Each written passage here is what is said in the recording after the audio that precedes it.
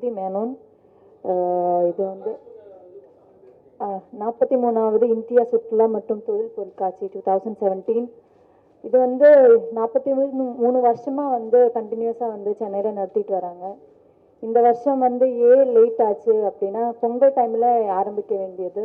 ஏன் லேட் ஆச்சு அப்படின்னா, நம்ம முதலமைச்சர் அம்மா நம்மளை விட்டு போனதுனாலும், வர்தா புயல் மற்றும் நிறைய விஷயங்கள் சென்னை பாதிக்கப்பட்டதுனாலும் தான் இந்த வருஷம் ரொம்ப லேட்டாக இந்த மாதத்துக்கு வந்திருக்கு.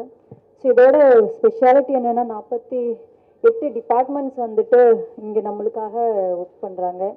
So all kind of entertainment திங்ஸும், அது இல்லாமல் ஆல் கவர்மெண்ட் டிபார்ட்மெண்ட்ஸ் வந்துட்டு இவங்க இன்க்ளூட் பண்ணிட்டு, ஸோ பப்ளிக்குக்காக நெக்ஸ்ட் ஃப்யூச்சரில் கூட அவங்க என்ன பண்ண போகிறோங்கிற விஷயம் கூட நம்மளுக்கு இங்கே பார்க்க முடியும்.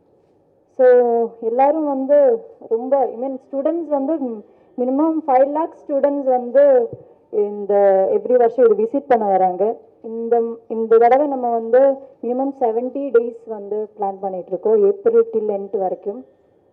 ஸோ நிறைய கண்காட்சிக்கு வந்து 3D ஷோ, அப்புறம் மீன் கண்காட்சி, மாதிரி 48 டிஃப்ரெண்ட்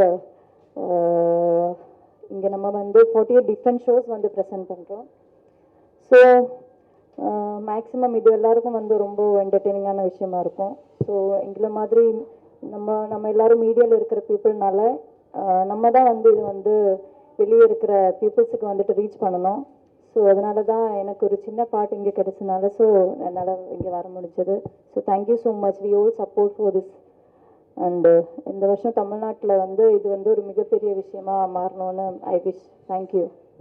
ஆக்சுவலி இங்கே என்ன என்னோட பார்ட்டுன்னு பார்த்தீங்கன்னா, எப்போல்லாம் வந்துட்டு இந்த பொருட்காட்சி வரணும் ரொம்ப சந்தோஷமாக வர ஒரு டைம் அது. பட் இந்த வாட்டி வந்து சேடாக வரணும் அப்படின்னு கூட இல்லை.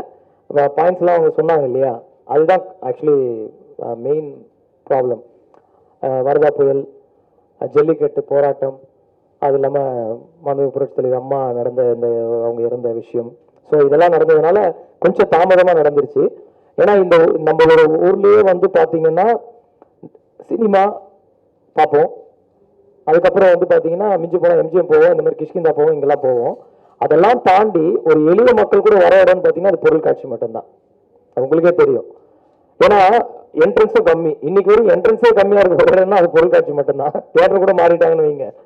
ஆனால் அந்த மாதிரி ஒரு இடம் லேட்டாக ஆகும்போது இந்த மாதிரி எளிய மக்கள் என்னடா அது ஓப்பன் பண்ணிருப்பாங்களோ மாட்டாங்களோ ஒரு டவுட் இருக்கும். மெயினாக அந்த டவுட்டை கிளாரிஃபை பண்ண தான் அந்த முக்கியமான ப்ரெஸ் மீட்டு. ஏன்னா இங்கே வர்றது வந்துட்டு இந்த படம் இந்த டைமில் வரும் அந்த டைமில் வரும் இல்லாமல் எந்த டைமில் வந்தாலும் பொருட்காட்சி ஓப்பனாக இருக்குன்ற ஒரு பெரிய இடம் தான் பொருட்காட்சி. இங்கே எல்லாமே இருக்கும்.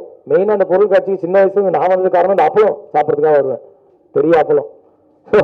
அது இந்த மாதிரி இருக்குமா இல்லைன்னு கூட ஒரு டவுட் கூட இருந்திருக்கும். அது முக்கியமாக எல்லா ஆக்டிவிட்டீஸும் இங்கே இருக்குது, எல்லா விஷயமும் இங்கே இருக்குது. ஸோ கண்டிப்பாக இந்த பொருட்காட்சி மிகப்பெரிய அளவில் இந்த வாட்டி நடக்கும்ன்றது உறுதி.